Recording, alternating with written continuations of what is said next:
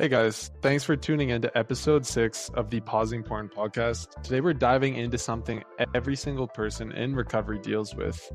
This is triggers. We'll talk about how to identify your personal triggers, how to remove the ones that don't serve you, and most importantly, how to manage the ones you can't avoid. This is one of the most practical tools you could develop in recovery, so let's get right into it.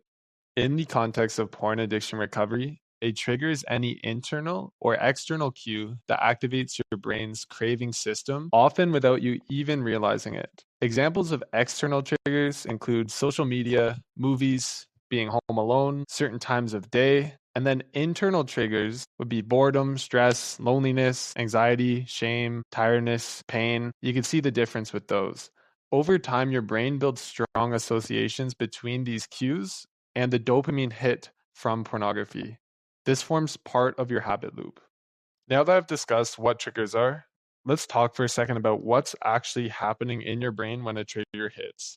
Understanding this makes it much easier to stop blaming yourself and start seeing cravings as a natural process you can interrupt and heal from rather than a sign of weakness. This is what's happening in your brain when you're triggered. First, the emotional part of your brain, called the amygdala, lights up. This part of your brain stores emotional memories, like when you use porn to escape or feel better in the past. Next, that sends a signal to your limbic system, which is basically your craving center. It's where your brain starts saying, I want relief right now. Then the dopamine system kicks in. Your brain starts anticipating a reward, even if you haven't made a conscious decision yet to watch porn. Over time, these triggers become automatic. Your brain starts craving porn before you're even fully aware of what's happening. This is why it could feel so sudden.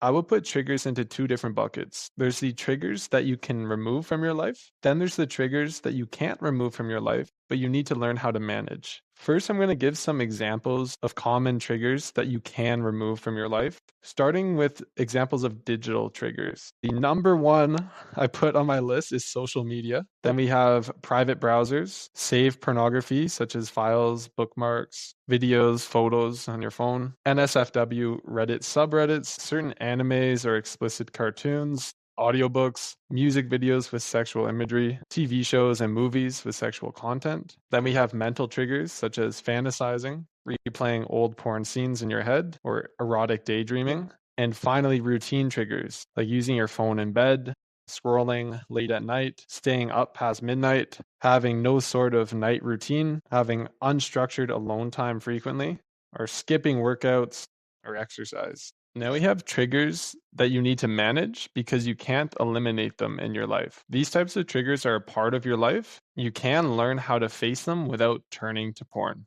Starting with emotional triggers, we have stress, loneliness, boredom, shame, guilt, rejection, anxiety, overwhelm, low self-worth, and emotional numbness. These are internal states. You can't avoid feeling them forever, but you can change how you respond to them. We also have situational triggers.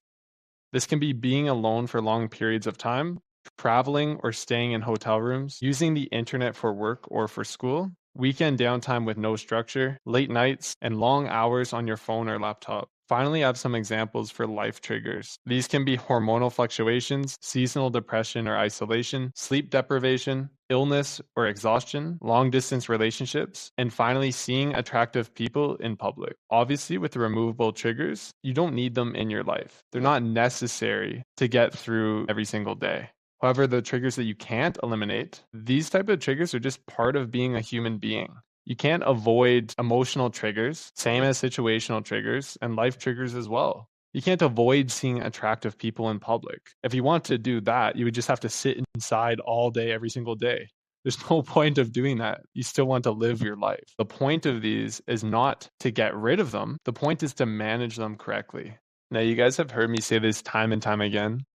Everyone's recovery is different, so I'm not going to tell you guys which triggers you need to remove and what you need to do specifically in your recovery because it does depend on yourself. But I do want to mention in my personal recovery, there is one trigger that was very strong. And once I removed it, it did make things a lot easier, especially earlier on. I will sum it all up together as I'll say is social media. This was a trigger that was very powerful for me. For someone that had Instagram, Twitter, Reddit, Snapchat, TikTok, a lot of my day was actually spent consuming these types of social media. And I was constantly throwing myself into an environment to get these triggers. I had a point in my recovery where I took some time and I recognized, like, hey, social media is not serving me whatsoever. I'm spending all this time in social media. It's not part of my work. It's not even something I really enjoy. And it also causes a lot of my relapses. So what I did is I deleted all of it. I deleted the full account. For a while, I felt invested in these accounts, but I deleted them and I completely got rid of them. And I'm so grateful that I did. Not only did I get this time back in my day, I'm not constantly being exposed to all these different forms of media, but I'm also avoiding all these unnecessary triggers. It's not necessary for me to be on social media. And then there were other triggers as well that I made an effort to remove, especially the mental triggers.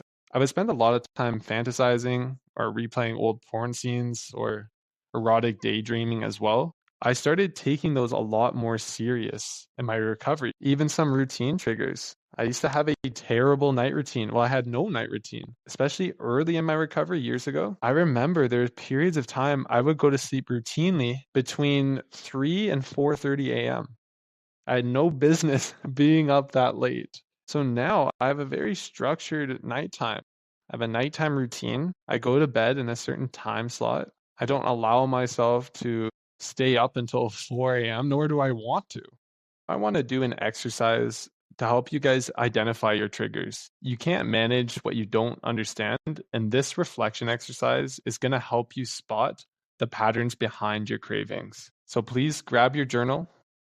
If you don't have one, grab a pen and paper, write it down on your notes app on your device, and let's get started. For the first step, I want you to reflect on your last urge or relapse and ask yourself some questions. Remember to be curious. So you can ask yourself to start questions like, where was I?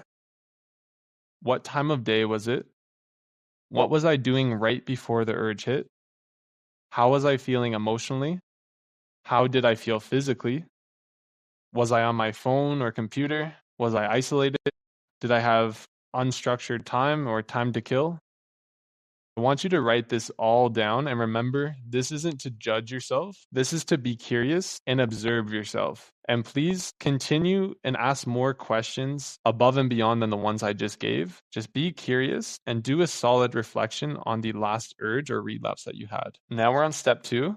I want you to repeat this same exact process, but for 3 more urges or relapses. So ask yourself the same questions and also create your own questions and go above and beyond. Write down the answers to some of these questions and collect data. And once you have a good foundation of data, I want you to find similarities that come up. Were you always scrolling in bed at night when you relapse or urges hit? Do you get urges or relapse after a stressful conversation? Does Instagram tend to lead you down a rabbit hole? Just be curious and pretend you're an outside observer looking in on your life. Now that you've been able to identify some of your triggers, I want you to split them into the 2 buckets I mentioned earlier. So that's triggers that you can remove and triggers that you need to manage. Once you're able to assign them to each bucket, I want you to create a game plan for both. How are you going to remove the triggers that you put into triggers that you need to remove or that you can remove? Are you going to remove these triggers? How will you remove these triggers? How will you reduce the impact of these triggers if you choose to keep them in your life? And for the bucket of triggers that you need to manage, these are the ones that you can't remove from your life.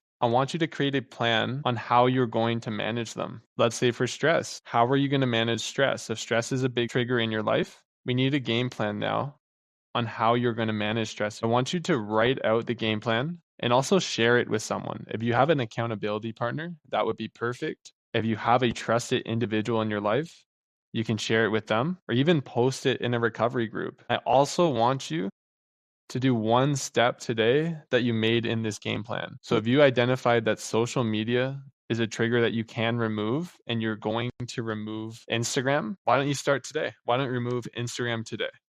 That would be one action that you can do to get the ball rolling.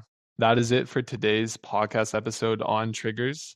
So thank you for tuning into the Pausing Porn podcast today. Just remember, guys, triggers don't control you. You can learn to see them, pause, and respond differently to these triggers. Now that you have a game plan for the triggers that you've identified that you can remove and the ones that you need to manage, I want you to carry out that game plan going forward. I'm going to have another podcast episode coming out soon, so I'll catch you in the next one.